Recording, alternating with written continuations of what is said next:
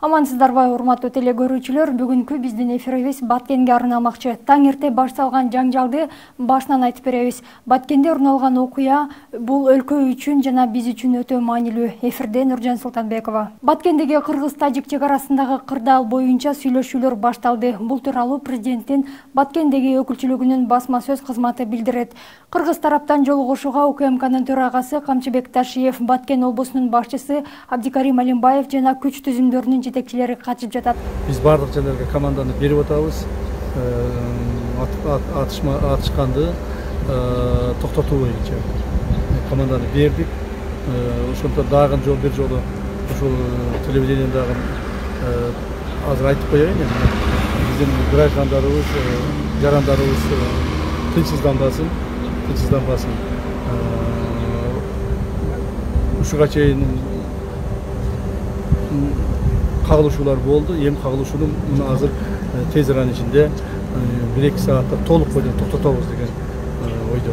Маалымдалгандай, жолугушуу Кыргызстан, Өзбекстан, Тажикстан мамлекеттеринин чектешкен аймакта орун алууда.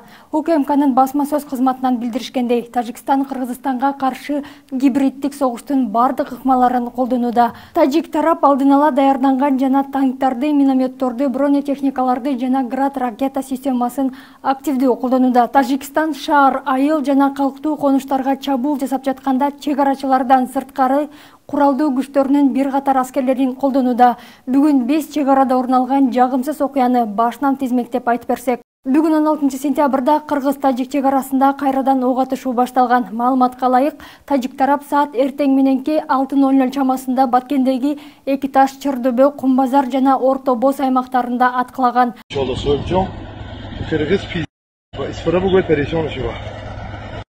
Постун жанында кампа күйдү.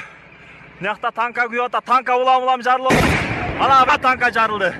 6:30да Баткен чек ара отрядынын Көк Таш чек ара бекетинин көзөмөлүндөгү тилкени миномет менен ата баштаган. Саат 8:30 тарта Кыргыз Республикасынын чек ара кызматы Кыргызстан менен Тажикстандын чек арасында орун алган ок атышууну токтотууну жана сүйлөшүүлөрдү жүргүзүүнү талап кылды. Бирок эртең мененки саат 8:30да да 11:00 да тажик тарап келишимдерди аткарбай Кыргызстандын аймагындагы жарандык объектилерди аткылоону улантып келишти. Бул ирет тажик аскерлеринин агрессиясы ачык көрүнүп турду.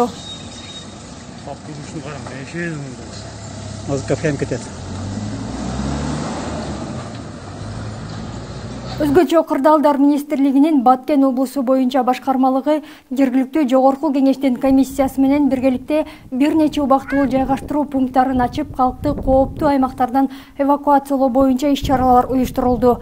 Аксай, Самаркандек, Ак Татыр айылдарынан жарандар Рават айылына эвакуацияланды. Ал эми Баткен шаарында ачылган убактылуу жайгаштыруу пункттарына келген жарандар да бар. Саат эртең мененки 10:30да Лейлек району боюнча Жаңы Жер айыл аймагы Арка, Достук, Борбордук, Жаштык айылдарынын 70-80% эли өз алдынча чыгып кетишкен.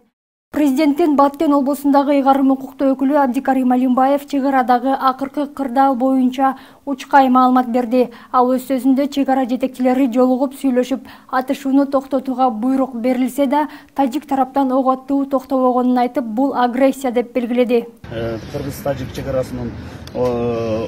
арасында эки тараптуу ок атуулар башталып, тез аранын ичинде тажик тараптан бүт кыргыз-тажик тилкелеринин бүт бардык жерлеринен атуулар башталды. Муну мен азыр агрессия деп санаймын. Кыргыз-тажик чек арасындагы соңку кырдаалга байланыштуу маалыматтарды өз убагында чукул таратып туруу үчүн Кабар маалымат агенттигинде атайын медиа штаб түзүлдү. Аталган агенттиктен кабарлашкандай, штаб күнү-түн иштейт жана тиешелүү мекеме органдардын өкүлдөрү болот. Ошондой эле маал менен басма жыйындар, окуя болгон жерден түз алып көрсөтүүлөр уюштурулуп турат. Учурда медиа штабтын иши үчүн бардык шарттар түзүлүп, мамлекеттик мекеме органдардын басма сөз катчылары, журналисттер, активисттер, эксперттер жана блогерлер чогулган. Мындан улам Кыргызстандын Тышкы иштер министрлигинде тажик тараптын мыйзамсыз жана деструктивдүү аракетине байланыштуу наразычылык нотасы тапшырылды. Кыргызстанга мурда жетишилген бардык макулдашууларды бузуу менен тажик тарап Кыргызстандын чек арасына аскерлерин алдын ала жайгаштырып, куралдуу күчтөрдү, оор аскердик техниканы колдонуу менен чек аранын бардык периметри боюнча Кыргызстандын Баткен облусунун Баткен жана Лейлек райондорундагы кыргыз-тажик мамлекеттик чек арасында жайгашкан чек ара жана жарандык объекттерге чыккынчылык менен кол салганын белгиледи. Кыргыз тарап жетишилген бардык макулдашууларды так аткарууну, ок атышууну жана аскер бөлүктөрүн чыгарууну, ошондой эле чек ара аймактарында кырдаалдын курчушуна алып келе турган кырдаалды түзбөөнү талап кылды жана чек ара саясий жана дипломатиялык жол менен гана чечилиши керек деп дагы бир жолу баса белгиленген. Белгилей кетсек, буга чейин Тышкы иштер министрлигинин башчысы Жээнбек Кулубаев тажикстандык кесиптеши Сиражидин Мухрид менен мамлекеттик чек аранын кыргыз-тажик тилкесиндеги кырдаалды жөнгө салуу боюнча сүйлөшүүлөрдү жүргүзгөн. Баткендеги чек ара жаңжалынан жабыркагандардын саны 40-тан ашты. Бул тууралуу Саламаттыкты сактоо министрлигинен билдиришти. Маалымдалгандай, Баткен облустук бириккен ооруканасына 13 жабырлануучу келип түшкөн. Муну менен ар кандай жаракат алгандардын жалпы саны 40-тан ашкан. Жабыркагандардын абалы жана диагнозу тууралуу маалымат кийинчерээк берилет. Баткен облусундагы бардык саламаттыкты сактоо уюмдары жана тез жардам кызматы күчөтүлгөн режимге өткөрүлдү. Ооруканаларда медициналык жардам көрсөтүү үчүн кандын компоненттеринин, дары-дармектердин жана медициналык буюмдардын жетиштүү көлөмү бар. Тажик тарап чек арага жакын жашаган тургундарын тирүү калкан катары колдонуп жатат. Бул тууралуу Кыргызстандын мамлекеттик чек ара кызматынан билдиришти. УКМК тажик тарап оор бронетехниканы, залптык реактивдүү системаларды жана авиацияны колдонуп жатканын да билдирди.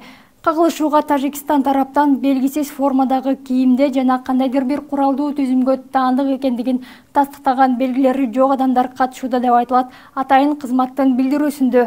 УКМКнын чек ара кызматынын өздүк курамы атышууну токтотуу үчүн заманбап курал жарактарды жана техникаларды колдонушууда. Ошол эле учурда Баткен аэропортунун айланасында жана шаардын аймагындагы объекттер тажик тараптан ракеталык аткылоого дуушар болгонун УКМКнын чек ара кызматынан маалымдашты.